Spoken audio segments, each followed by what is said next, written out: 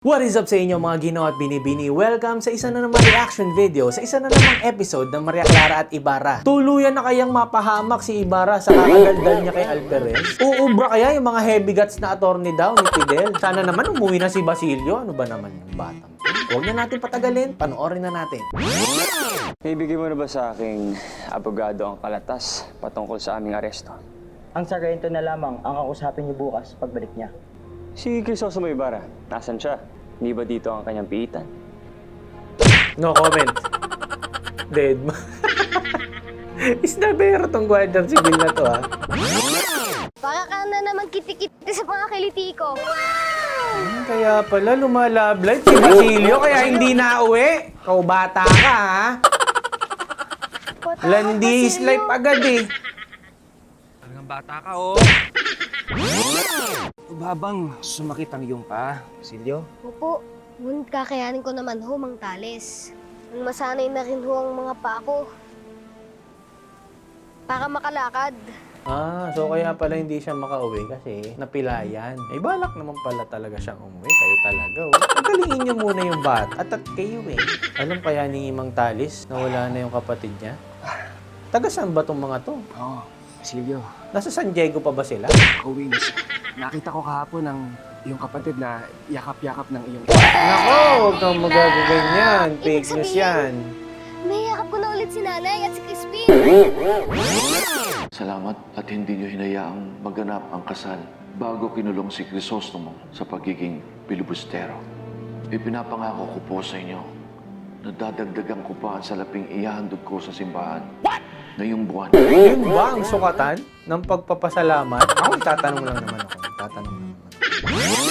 Biniyayaan pa tayo ng Diyos ng ating mga kalayaan at isa pang pagkakataon na magkaroon ng napakagandang kinabukasan. Ay, nako, Gina G talaga silang ipakasal kay Clarita to, eh, Sa no? iyong unika, iha. Girl, hindi ba kayo makapag-antay? Hindi ba pwedeng may pinagdadaanan yung tao? Talagang push na push kayo dyan sa buwak ngayon ng kukmul na to, eh, no? Paano mang problemado pa sila at this moment? O baka hindi ito yung right timing para dito? Baka lang naman.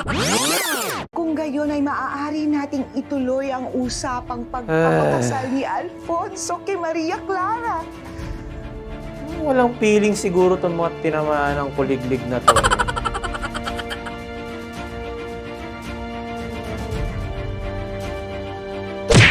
Kami santo. Pati yung santo na wala ng gana, eh, no? Bahala kayo dyan, labas ako dyan, ha?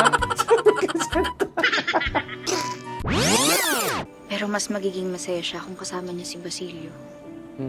Hindi kaya maaari ay wala na rin si Basilio. Huwag ka namang ganyan. Isa lang sa magkapatid ang mamagay. Shortcut talaga dyan.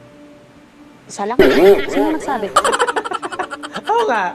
Sino nagsabi? Wala. Lalo na pag wala na ako sa mundo.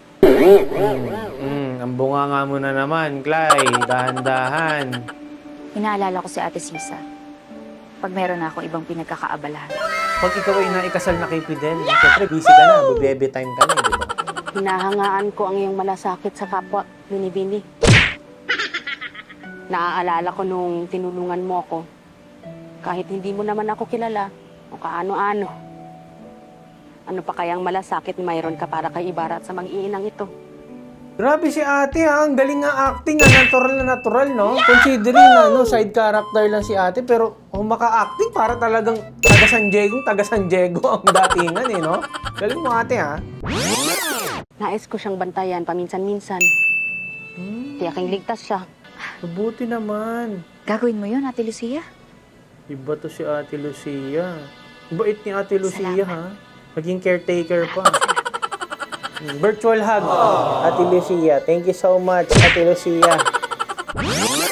Tayo na sa kubo. Pagluluto ko kayo ng kinalulugdan na pagkain ni na Crispin at Basilio.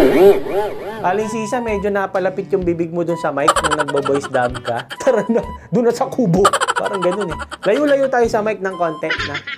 Rinig, eh. Tay!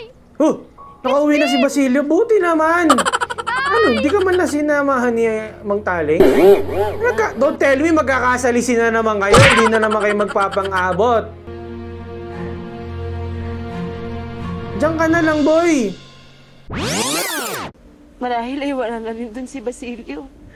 Doon siya ngayon. Bilisan mo na kung tinitigil niyo ba yung pagkukwentuhan dyan at nauwi na kayo. Naghihintay na lamang ba ako sa wala? Andun nga siya, be! Chikahan pa kayo ng chikahan dyan eh. Hindi ba't yun ang usapan niyo ni Basilio?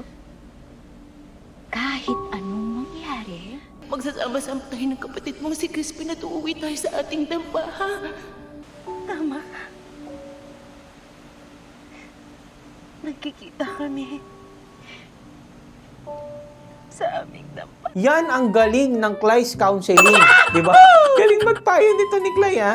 Yun lang pala katapat eh. Dapat kinakausap lang ng ganun si Aling Sisa ni Clay eh, para umayos yung kanyang pag-iisip eh. Inay! Nako, patay. Nakita ni Basilio. Don't tell me, huhukain mo pa yan.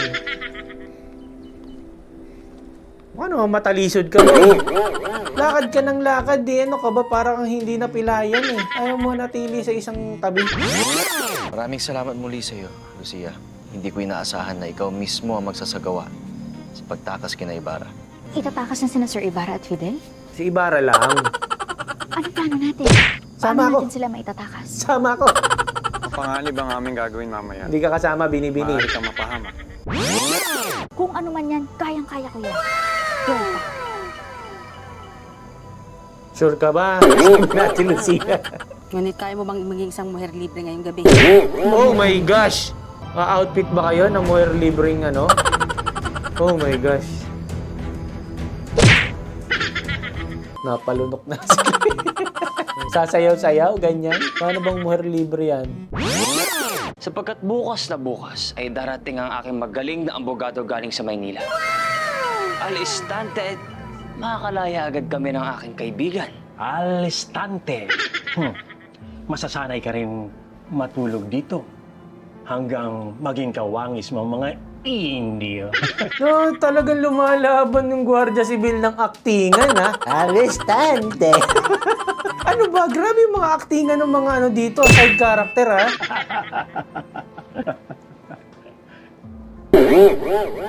Yun lang, sabay tumay.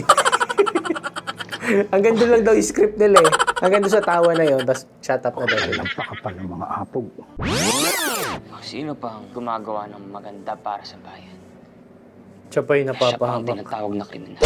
Habang ang mga makasalanan sa simbahan at sa gobyerno at kailangan tawaging kagalang-galang. Nako, Fidel, sinabi mo pa hanggang ngayon. Kailan kaya malilintikan yung mga yan? Isang masalimuot na hakbangin ang turuan pa ng mga bagong kaalaman ang isang matanda ng aso. Kaya mga kabataan ang esperansa ng bayan na ito. Grabe.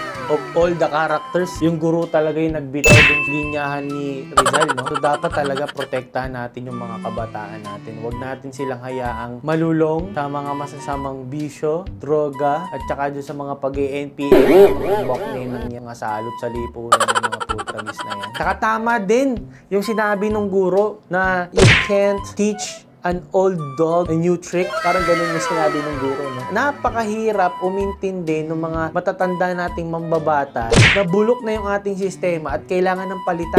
Na love nila ang ating 1987 Constitution na hanggang ngayon, andito pa rin tayo at hindi naman tayo inaangat. Third world country pa rin tayo. More than 30 years na. Reforma na sa ating sistema kailangan. Buenas noches, kapos caballeros. Pina yata may naliligaw na isang marikit na binibig. Anong may paglilingkod sa'yo, binibig? Ganda yarn! Ang nararapat na tanong ay, anong maipaglilingkod ng isang muher sa mga makikisig na lalaking kagaya ninyo? Sagot ko na rin ang alak niyo, senyor. Naku, ayan na.